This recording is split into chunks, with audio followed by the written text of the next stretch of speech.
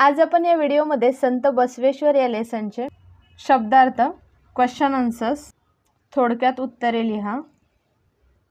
त्याचबरोबर वर्कबुकमध्ये जे एक्स्ट्राचे जे क्वेश्चन आहेत ते सुद्धा बघणार आहोत. तर याच्यामध्ये एका वाक्यात उत्तरे लिहा, थोडक्यात उत्तरे लिहा, समानार्थी शब्द आणि जोड्या जुळवा जे वाक्यप्रचार आणि त्याचे अर्थ आहेत हे बघणार आहोत. तर चला व्हिडिओला सुरुवात करूया. सगळ्यात अगोदर आपण बघणार आहोत शब्दार्थ. चोर, चोरचा अर्थ येणार आहे लुटारू आणि त्याला इंग्लिशमध्ये म्हणतात थीप. दागिना, दागिना म्हणजे अलंकार आणि त्याला इंग्लिशमध्ये म्हणतात ऑर्नामेंट. जमीनचं येणार आहे भू म्हणजेच लँड. महलचं येणार आहे राजवाडा म्हणजेच पॅलेस. सैनिकचं येणार आहे रक्षक आणि इंग्लिशमध्ये त्याला सोल्जर म्हणतात. महाराजचं येणार आहे राजा आणि त्याला इंग्लिशमध्ये किंग म्हणतात. आता खालील प्रश्नांची उत्तरे लिहा. पहिला प्रश्न आहे, बसवेश्वर कोणत्या राज्याचे महामंत्री होते? म्हणजे बसवेश्वर कोणत्या राज्याचे महामंत्री होते? तर बसवेश्वर मंगळवेढा राज्याचे महामंत्री होते. हे तुम्हाला 1 मार्क्ससाठी हा क्वेश्चन विचारला जाऊ शकतो. सेकंड नंबरचा क्वेश्चन आहे, निलांबिका अचानक का ओरडू लागल्या? म्हणजे निलांबिका का ओरडायला लागल्या? तर उत्तर आहे, निलांबिकेचा गळ्यातला रत्नजडित हार गळ्यातून ओढून कोणीतरी पळून जात आहे ते पाहून निलांबिका अचानक ओरडू लागला. म्हणजे त्यांच्या गळ्यामध्ये एक रत्नजडित हार होता आणि तो कोणीतरी खेचून घेऊन जाते किंवा त्यांचा हार तो चोरी झाला होता हे त्यांना जेव्हा जाणवलं तेव्हा त्या अचानक ओरडायला लागल्या. त्यानंतर थर्ड नंबरचा क्वेश्चन आहे, कोणता व्यवसाय सर्वात महत्त्वाचा आहे? म्हणजे कोणतं काम सर्वात महत्त्वाचं आहे किंवा कोणता व्यवसाय सर्वात महत्त्वाचा आहे? तर उत्तर आहे, ज्यामुळे स्वतःचे व कुटुंबाचे पोट भरेल असा व्यवसाय सर्वात महत्त्वाचा. म्हणजे ज्याच्यामुळे आपण स्वतः पण पोट भरून खाऊ शकतो आणि आपली जी फॅमिली असते, कुटुंब असतं, त्याचं सुद्धा पोट व्यवस्थितपणे भरलं जाईल असा जो व्यवसाय किंवा असं जे काम आहे हे सगळ्यात महत्त्वाचं असतं. त्याच्यानंतर खाली आहे, खालील प्रश्नांची 4 ते 5 वाक्यात उत्तरे लिहा. म्हणजे हे मोठे क्वेश्चन्स आहेत. रामण्णाच्या मनात चोरीचा विचार का आला? म्हणजे रामण्णाने चोरी का केली? तो अट्टल चोर होता का? तर तो नव्हता, पण त्याला त्याच्या परिस्थितीमुळे चोरी करावी लागली होती. मग त्यांच्या मनात असा विचार का आला की आपण चोरी करावी? तर उत्तर काय येणार आहे, दुष्काळ पडल्यामुळे रामण्णाच्या शेतात काहीच धान्य उगवले नाही. म्हणजे दुष्काळ होता, दुष्काळ आहे म्हणजेच काहीतरी पाऊस पडला नव्हता, त्यामुळे पाऊस नाही तर शेतामध्ये काहीच पीक उगवलं नव्हतं. तसेच त्याचा एक बैल ही चाऱ्याशिवाय मेला. आता पाऊस नाही म्हटल्यावरती चाराच उगवणार नाही किंवा पिकच उगवणार नाही, तर त्याचा जो बैल होता त्या बैलाला त्याच्या म्हणजे काही चारा वगैरे जो काही असतो तो मिळाला नाही, त्यामुळे त्याचा बैल मरून गेला. बाईसाहेबांच्या गळ्यात दागिने चमकत होते ते पाहून रामण्णाच्या मनात चोरीचा विचार आला, कारण त्याची मुले व बायको उपाशी होती.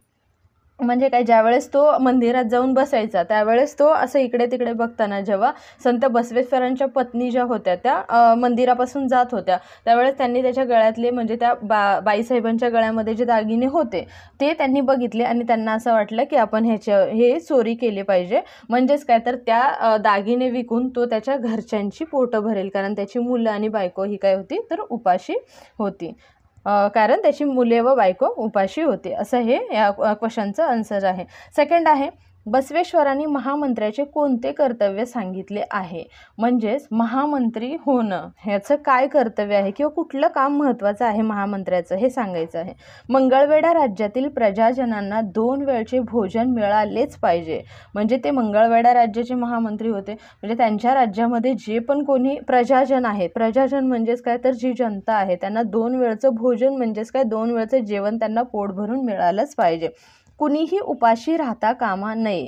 म्हणजे कुणीच अन्न वाचून उपाशी नाही राहिलं पाहिजे, प्रत्येकाला 2 वेळचं पोट भरून जेवण मिळालंच पाहिजे. प्रजेला जगवणे हे आपले कर्तव्य आहे. म्हणजे प्रजेला जगवणं म्हणजे प्रजेची काळजी घेणं आणि त्यांना 2 वेळचं अन्न व्यवस्थित मिळतं की नाही हे बघणं हे महामंत्र्याचं कर्तव्य आहे असं बसवेश्वरांनी सांगितलं आहे. थर्ड नंबरचा क्वेश्चन आहे, बसवेश्वरांच्या मते गुन्हेगार कोण? म्हणजे बसवेश्वरांना काय वाटतं की खरा गुन्हेगार कोण आहे? तो चोर आहे की आपण आहोत? तर उत्तर आहे, निलांबिकेच्या हव्यासामुळे हे दागिने आले. म्हणजेच काय, निलांबिकेचा हट्ट होता त्यामुळे त्यांच्याकडे ते दागिने आले आणि गरिबी आणि भूक याने त्रस्त झालेल्या रामण्णाला हे दागिने दिसले. आणि रामण्णाला कशाची गरज होती तर पैशांची गरज होती, त्याला भूक होती, त्याची गरिबी होती, त्यामुळे त्याला हे दागिने दिसले आणि त्याच्या मनात चोरीचा मोह आला. म्हणजेच काय, तर म्हणून त्याला चोरी करावीशी वाटली, कारण हे दागिने विकून मी माझ्या घरच्यांचा आणि माझं पोट भरू शकतो असा मोह त्याच्या मनात आला. आपल्या गरजेपेक्षा जास्त संपत्ती साठवणे हे नैतिकदृष्ट्या योग्य नाही. म्हणजे आपल्याला जेवढी गरज आहे तेवढी संपत्ती किंवा तेवढंच प्रॉपर्टी वगैरे आपण घेतली पाहिजे असं कोणाचं मत आहे तर बसवेश्वरांचं. तेव्हा गुन्हेगार आपणच आहोत असे बसवेश्वरांना वाटते. त्यामुळे आपण हे जे एक्स्ट्राचं जे काही घेऊन ठेवतो जसं की दागिने आहे, जे काय आहे ज्याची आपल्याला खरंच गरज नाही, हे आपण नैतिकदृष्ट्या म्हणजेच हे योग्य नाही आहे की हे आपण एक्स्ट्राचं आपल्याजवळ साठवून ठेवणं किंवा कमावून ठेवणं असं बसवेश्वरांना वाटतं. त्यामुळे बसवेश्वर असं म्हणतात की गरजेपेक्षा जास्त गोष्टी आपण आपल्याजवळ ठेवतो त्यामुळे आपणच खरे गुन्हेगार आहोत. त्याच्यानंतर 4th नंबरचा आहे बसवेश्वरांनी चोराला कोणता उपदेश दिला. म्हणजे बसवेश्वरांनी चोराला काय सांगितलं तर उत्तर आहे बसवेश्वरांनी चोराला उपदेश केला की मंदिरात जाऊन पूजा करता येते असे नाही. कारण चोर नेहमी जाऊन मंदिरात पूजा करत होता, तर बसवेश्वर असं काय म्हणतात की मंदिरात जाऊनच पूजा केली पाहिजे असं काही नाही. आपण काम करत असलेल्या ठिकाणी सुद्धा पूजा होते. म्हणजे आपण जिथे काम करतो तिथे सुद्धा आपली पूजा होऊ शकते. त्यामुळे आपण व आपले कुटुंब सुखी होईल तो खरा व्यवसाय. त्यामुळेच आपण ज्या कामामुळे आपलं कुटुंब आणि आपण सुखी राहू शकतो, आपली पोटं भरू शकतात, तोच व्यवसाय हा सर्वोत्तम व्यवसाय आहे. आणि हे केल्यानेच माणूस सुखी होतो. म्हणजे असं नाही की तुम्ही म्हणजे मंदिरात जाऊन 5-5, 6-6 तास पूजा करायला पाहिजे. असं काम करा की ज्याने आपल्या कुटुंबाने आपण सुखी हो आणि तिथेच आपण देवाचं नामस्मरण करून देवाची पूजा करू शकतो असं बसवेश्वर चोराला सांगतात किंवा उपदेश करतात. त्यानंतर आहेत एक्स्ट्राचे जे क्वेश्चन्स आहेत. रिकाम्या जागी योग्य शब्द भरा. बसवेश्वर हे या राज्याचे डॅश डॅश होते. तर ते काय होते, कोणत्या राज्याचे होते? बसवेश्वर हे मंगळवेढा राज्याचे होते. तर काय होते? महामंत्री. सेकंड आहे चाऱ्या बिगर माझा एक डॅश डॅश मेला. तर चाऱ्या बिगर कोण मेला होता तर त्याचा एक बैलसुद्धा मेला होता. डॅश डॅश त्याला मुक्त करा रे. जेव्हा बसवेश्वर त्यांच्या शिपायांना ऑर्डर देतात की ह्या दोरखंडातून त्याला मुक्त करा, तर उत्तर येणार आहे दोरखंडातून त्याला मुक्त करा रे. 4th आहे प्रथम आपणच डॅश डॅश आहोत. तर आपणच प्रथम काय आहोत तर गुन्हेगार. कारण आपण गरजेपेक्षा जास्त संपत्ती आपल्याकडे किंवा दागिने आपल्याकडे हव्यासापोटी किंवा लालचेपोटी जे ठेवले आहेत, त्यामुळे पहिला गुन्हेगार हे कोण आहोत तर आपण आहोत. 5th आहे यापुढे मी माझ्या डॅश डॅश भरपूर कष्ट करीन. यापुढे मी माझ्या शेतात भरपूर कष्ट करीन असं कोण म्हणतं तर रामण्णा जो चोर असतो तो बसवेश्वरांना सांगतो. कोण कोणास म्हणाले धावा पकडा चोर चोर असं कोण म्हणालं तर निलंबिका पहारेकरांना म्हणाल्या. निलंबिका कोण होत्या तर संत बसवेश्वरांच्या पत्नी होत्या. सेकंड आहे मला क्षमा करावी. चोर त्याचं नाव काय आहे रामण्णा, तर कोणाला म्हणाला बसवेश्वरांना म्हणाला. थर्ड आहे नाव काय तुझं, तर हे कोणी विचारलं बसवेश्वर चोराला म्हणजेच रामण्णाला म्हणाले. त्याच्यानंतर खाली आहे एका वाक्यात उत्तरे लिहा.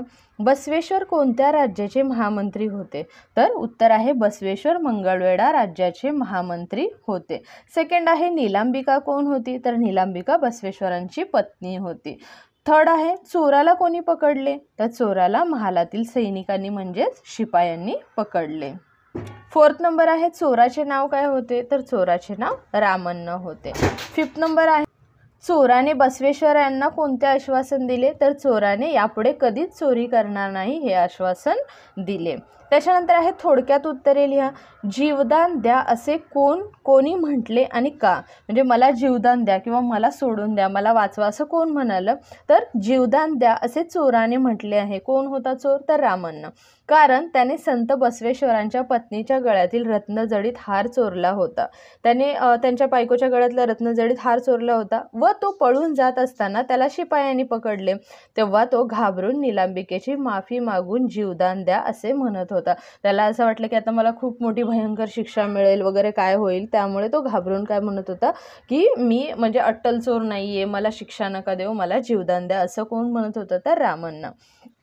त्याच्यानंतर सेकंड नंबरचा क्वेश्चन आहे रामण्णा कुठे वेळ घालवत असे. म्हणजे रामण्णा त्याचा वेळ जो आहे तो कुठे घालवत असे तर रामण्णा सकाळ संध्याकाळ शिवमंदिरात बसून शिवलिंगाची पूजा आणि अभिषेक करत असे.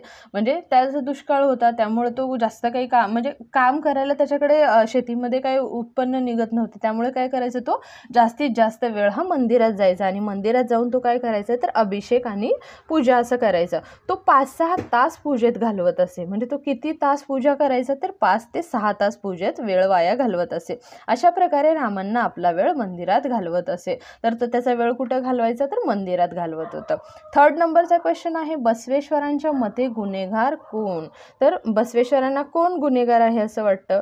तर नीलांबिकेच्या हव्यासामुळे हे दागिने आले. गरिबी आणि भूक यांनी त्रस्त झालेल्या रामण्णाला हे दागिने दिसले व त्याच्या मनात चोरीचा मोह निर्माण झाला.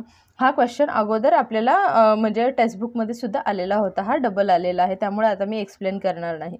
आपल्या गरजेपेक्षा जास्त संपत्ती साठवणे हे नैतिकदृष्ट्या योग्य नाही, तेव्हा गुन्हेगार आपणच असे बसवेश्वरांना वाटते.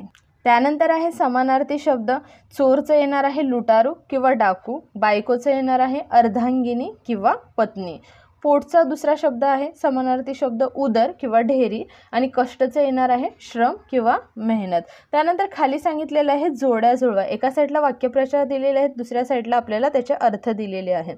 पहिला काय आहे तर भीतीने थरथरणे. आता भीतीने थरथरण्याचं काय येणार आहे? खूप घाबरणे. सेकंड आहे गयावया करणे. गयावया करण्याचं येणार आहे विनवणी करणे किंवा कळवळून सांगणे. म्हणजे खूप एखादी गोष्ट आपण सांगतो ना, की जसं की रामांना सांगत होता विनवणी करून किंवा गयावया करून की मी अट्टल चोर नाही आहे, पण परिस्थितीमुळे मला चोर व्हावं लागलं. 3rd नंबर आहे सुतासारखा सरळ करणे. तर सुतासारखा सरळ करण्याचं येणार आहे वटणीवर आणणे. जीवावर येण्याचं येणार आहे नको नकोसे वाटणे. म्हणजे एखादी गोष्ट आपल्याला करायला खूप कंटाळा येतो किंवा इच्छा नसते, तेव्हा आपल्याला असं वाटतं नको नकोसं, म्हणजे ते आपल्या जीवावरती येतं करणे एखादी गोष्ट. डोळा चुकवण्याचं येणार आहे दृष्टीस न पडणे. म्हणजे एखादा चोर वगैरे कसं डोळा चुकून चोरी करून पळून जातो, म्हणजे दृष्टीस न पडणे म्हणजे कुणालाही न दिसणं. त्यानंतर येणार आहे जीवदान देणे. सो जीवदान देण्याचं येणार आहे जिवंत सोडणे. मुक्त करण्याचं येणार आहे सुटका करणे आणि पोटाला चिमटा घेण्याचं येणार आहे उपासमार होणे. म्हणजे पोटाला चिमटा घेण्याचं येणार आहे उपासमार होणे, म्हणजे त्यांना काहीच खायला न मिळणे. अशा प्रकारे तुम्हाला हे क्वेश्चन आन्सर्स कंप्लीट करायचे आहेत. सो कसा वाटला व्हिडिओ? आवडला असेल चॅनेलला नक्की लाईक आणि सबस्क्राईब करा. थँक्यू.